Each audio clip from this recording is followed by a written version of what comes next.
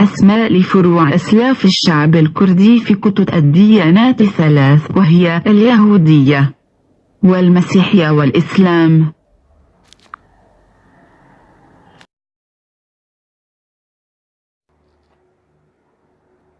والأسماء هي الحوريون، وتلفظ حوري وحوران والحورانيين، وكذلك الهوريين وتلفظ أيضا هور هوران.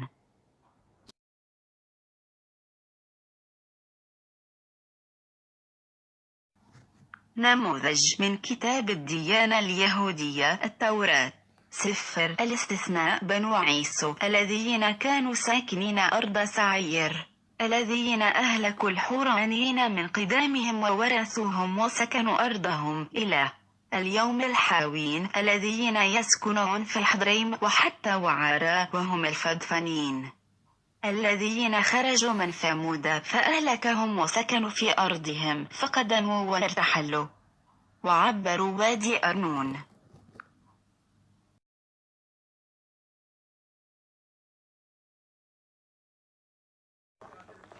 النموذج الثاني من التوراة.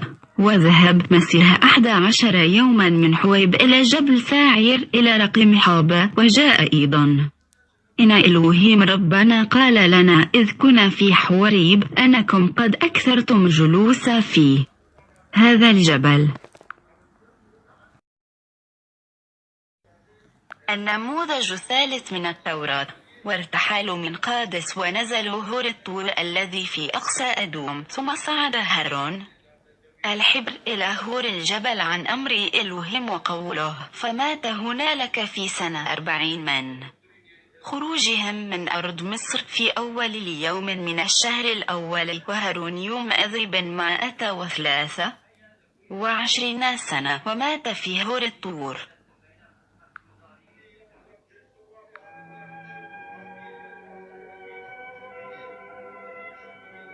الأصحاح 14.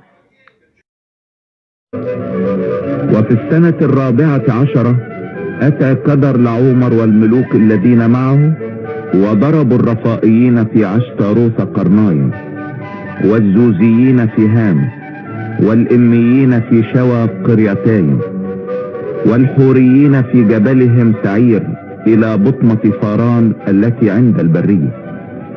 ثم رجعوا وجاءوا إلى عين مشفاط التي هي قادش، وضربوا كل بلاد العمالقة.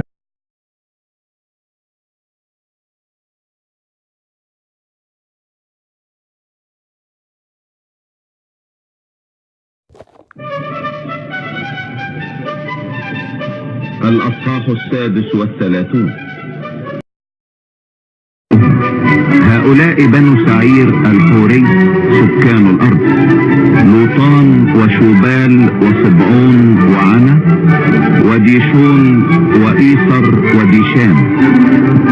هؤلاء أمراء الحوريين بنو سعير في أرض أدوم. وكان ابنا لوطان حوري وهيمان، وكانت تمناع أخت لوطان. وهؤلاء بنو شوبال علوان ومناحة وعيبال وشف وأنام. وهذان ابنا صبعون أية وعنا. هذا هو عنا الذي وجد الحمائم في البرية. وفي التوراة والإنجيل ورد اسم الميديين بصيغة مادي، وكذلك أرات وهي أرارات بصيغة أرارات، وأشكلنز من أسلاف الكرد القدماء. سنوا السهام واملأوا الجعاب، فالرب أثار روح ملك ماداي، لأنه نوى أن يدمر بابل انتقاما ويثأر لخراب هيكله.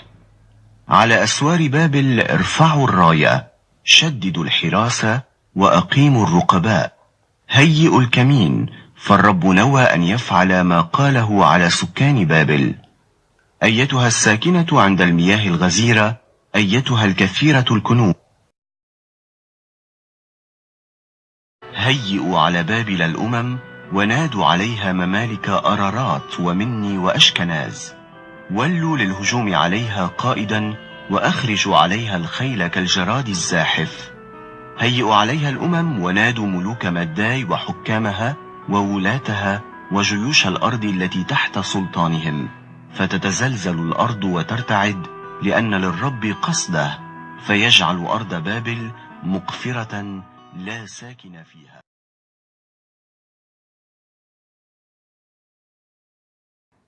من التوراة الفصل 19. ثم كلم إلهيم موسى وقال له: انتقم لبني إسرائيل نقمة من أهل مدين. وحينئذ يجتمع إلى شعبك. فقال موسى للشعب: ليتزين منكم رجال جراء ذو قوة وينتقم من المديانيين. فاختاروا من كل سبط 1000 رجل، 12,000 رجلا متصالحين. وفنحاس بن اليعازر وبيده قرون الاستهلاك. فأجهزوا على أهل مدين كما أوصى إلهيم بموسى، وقتلوا كل ذكورهم، وقتلوا جميع ملوك مدين مع قبائلهم. وهؤلاء أسماء ملوكهم: أوري ورقم والسور وحور وربا، 5 ملوك مدين. وقتل بلعام بن باعور في الحرب. ثم سبى بنو إسرائيل أهل مدين وأثقالهم وكل مواشيهم ومالهم وكنوزهم وما في قراهم التي هم ساكنوها، وأوقدوا مساكنهم بالنار، وساقوا أغنامهم وسبوا ذراريهم واستاقوا مواشيهم. وأتوا بالجميع إلى موسى ولعازر الحبر وعظماء الجماعة. وفي القرآن جاء ذكر أسلاف الكرد من الحوريين والميديين. 112. المائدة. أوحيت إلى الحواريين أن آمنوا بي وبرسولي قالوا آمنا واشهد بأننا مسلمون. إذ قال الحواريون يا عيسى ابن مريم هل يستطيع ربك أن ينزل علينا مائدة من السماء؟ 14. الصف. كما قال عيسى ابن مريم للحواريين: من أنصاري إلى الله؟ قال الحواريون: نحن أنصار الله.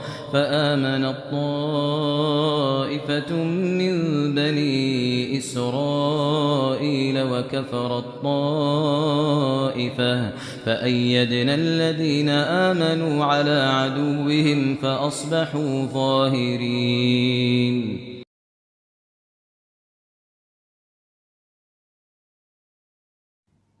والميديين في القرآن بصيغة مدين.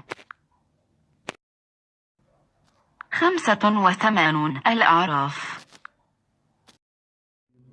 وإلى مدين أخاهم شعيبا قال يا قوم اعبدوا الله ما لكم من إله غيره. 84. هود. وإلى مدين أخاهم شعيبا قال يا قوم اعبدوا الله ما لكم من إله غيره. 36. العنكبوت. وإلى مدين أخاهم شعيبا فقال يا قوم اعبدوا الله وارجوا اليوم الآخر ولا تعثوا في الأرض مفسدين.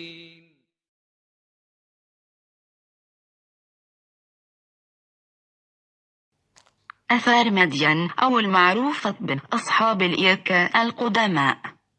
وهذا الموقع يقع شمال غرب الجزيرة العربية، وهي في المملكة العربية السعودية. وتقع هذه الآثار بالقرب من مدينة البدع التابعة لمنطقة تبوك، والتي كانت آخر حد للهلال الخصب في التاريخ القديم قبل تغيرات المناخ.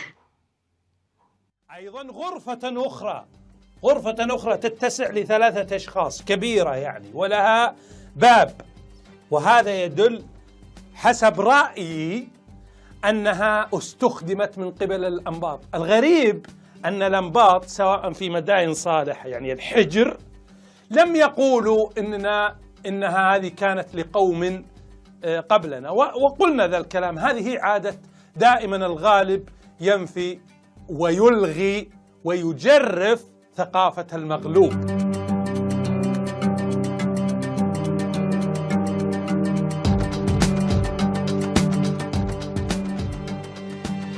من مدائن صالح في العلا إلى مدين حيث وصلت القافلة وما بينهما تيماء وصخورها، يبدو وكأن المشهد يتكرر، لكنه للعارف ليس كما للعابر، لذا وجب الوقوف ووجب الإيضاح.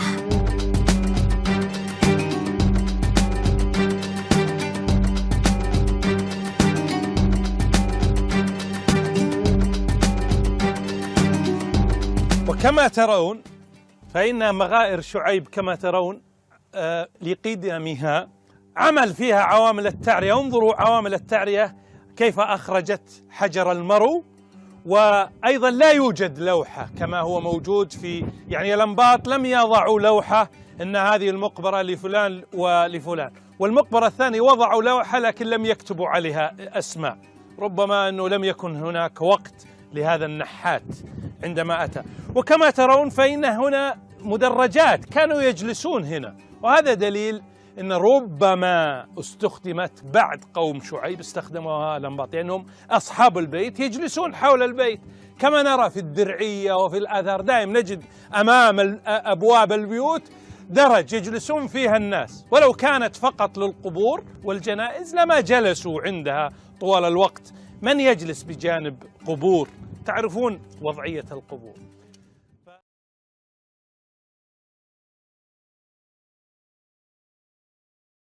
وادي السعير كما جاء ذكرها في التوراة والإنجيل، والتي تسمى اليوم بوادي عربة، وهي كانت موطن الحوريين على أرض سوبرتو في التاريخ القديم.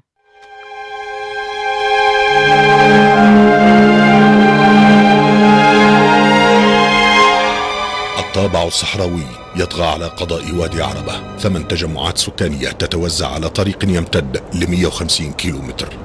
إلى الجنوب قريتي قطر ورحمة، 1200 نسمة يواجهون الفقر والبطالة وانعدام الفرص.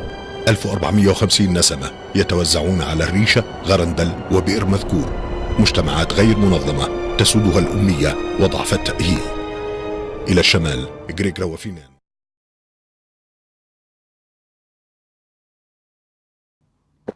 أثار البتراء الحورية. موقع البتراء تقع مدينة البتراء جنوب الأردن في محافظة معان تحديدا، وتبعد عن العاصمة عمان حوالي 240 كيلومتر و120 كيلومتر شمال مدينة العقبة المطلة على البحر الأحمر. من سحر الشرق وتحديدا المدينة الوردية كما تسمى نفتتح الحكاية. البتراء هذه المدينة المنحوتة في بطون الجبال والمتخفية بين الصخور الوردية الفريدة، تراها فتحسبها قلعة غامضة منطوية على ذاتها. تقع البتراء في الأردن جنوب العاصمة عمان، وتعتبر من أهم المواقع الأثرية في العالم، الأمر الذي خولها للفوز في المسابقة العالمية لعجائب الدنيا السبع عام 2007.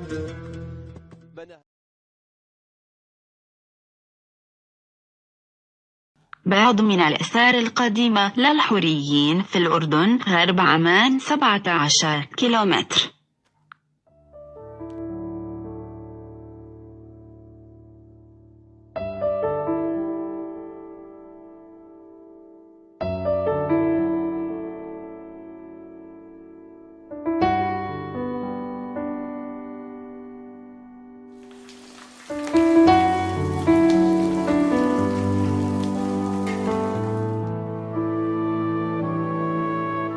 في الوادي الممتد من عراق الأمير والمنحدر باتجاه منطقة الكفرين في الغور الأوسط، فقد احتار العلماء والباحثون ورجال الدين في تفسير حقيقة هذا المكان المسمى بمعلقة الدير المؤلف من 3 طوابق.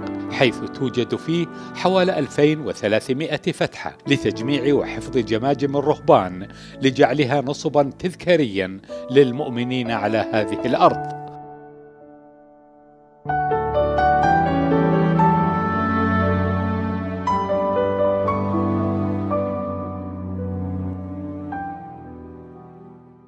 إعداد سردار رامان.